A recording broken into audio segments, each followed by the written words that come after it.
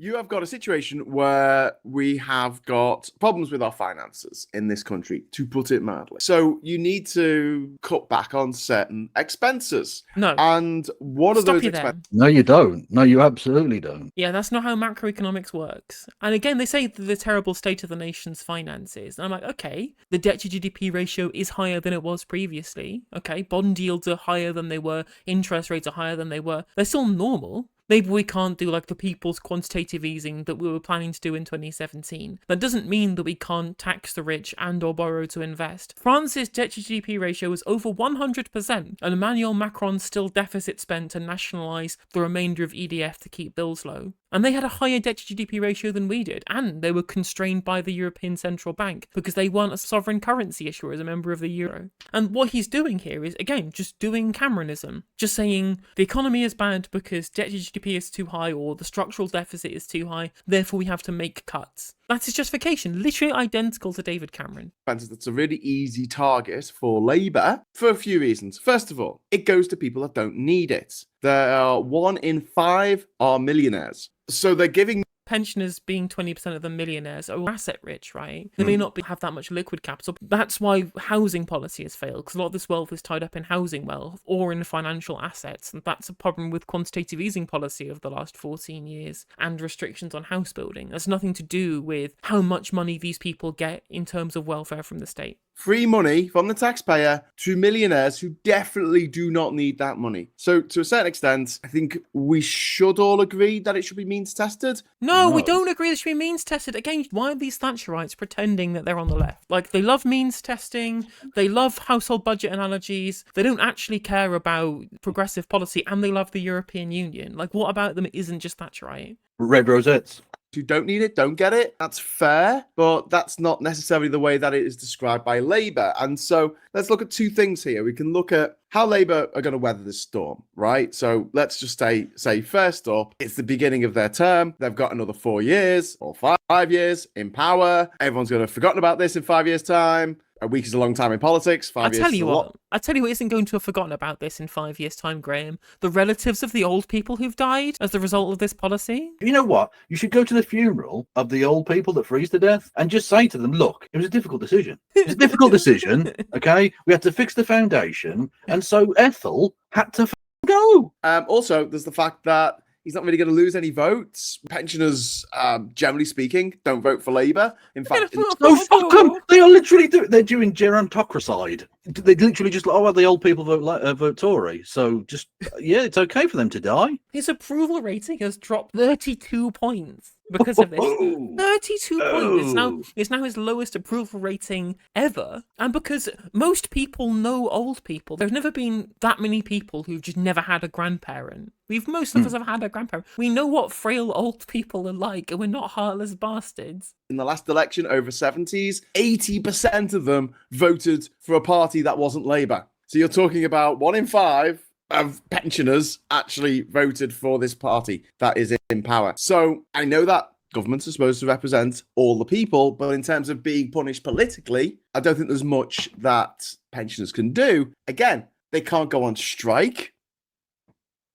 So, okay, that's not going to work. They have no effective way of fighting back, so it's basically like punching a child. Is this the actual defence you're going with? They're easy to bully. You're not winning me round, chap. I'll be honest with you, that's not very convincing to anyone other than, like, sadists. Unite the unions getting on board, saying, oh, this is disgraceful, this is a disgrace. Which is a bit weird, because you'll think they would be more busy representing people who work, rather than people... Of course, the shitlib cannot grasp the concept of solidarity. Yeah, exactly, yeah. Amazing shit. And maybe as somebody really important like Sharon Graham, who whilst of course being an elected union leader is there fundamentally to represent the workers who elected her, she is also somebody who is a very important part, or should be a very important part, of how the Labour Party sets policy as an affiliated trade union. That's why they have a political fund they have to keep applying to every year on, so that they can have access to the National Policy Forum to help the Labour leadership set policy. Of course, they didn't do that because Starmer was too busy getting hand shandies from the TUBI and from Labour together to do do their policy for them instead and ignore the unions so the unions walked out, that means that she should have had the handle on broad policy, or at least have an input into broad policy, regardless whether it affects her members specifically. Yeah, and as Martin points out in chat, there are Unite members who are also unemployed and retired. You can be a Solidarity member of the trade union. There are retired branches.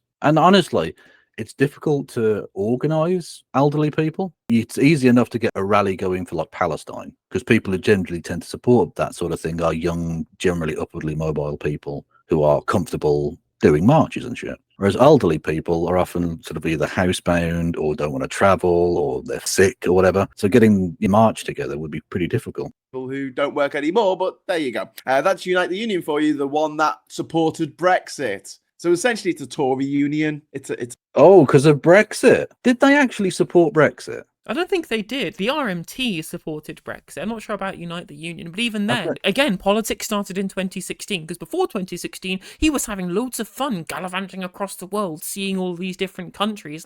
And then as soon as Brexit happened, no, I might have to get a visa to travel to Europe. No, politics now affects me. And then suddenly he's like, well, the Tories support Brexit, so they're bad. So was he trying to say that Harold Wilson was a Tory for not supporting the European Common Markets Act? UK trade union leaders call on the 6 million members to vote Remain. General secretaries of Unite, Unison, GMB and USDOR warn leaving the EU would allow a Tory government to dismantle workers' rights. So he's wrong. He's actually just completely fucking wrong. They didn't support Brexit at all. And McCluskey, the then leader of that trade union, said that he was against the second referendum because the vote had happened. And as a supporter of democracy, you should deal with the will of the people, even if you don't like it, and then go from there. Which is a perfectly reasonable position. It's not pro-Brexit, it's pro-democracy. Because he's just wrong. He's wrong on two counts. He's wrong that Unite backed Brexit when they didn't. And he's also wrong that backing Brexit makes you a conservative when the people who brought us into the European Union were the Conservative Party.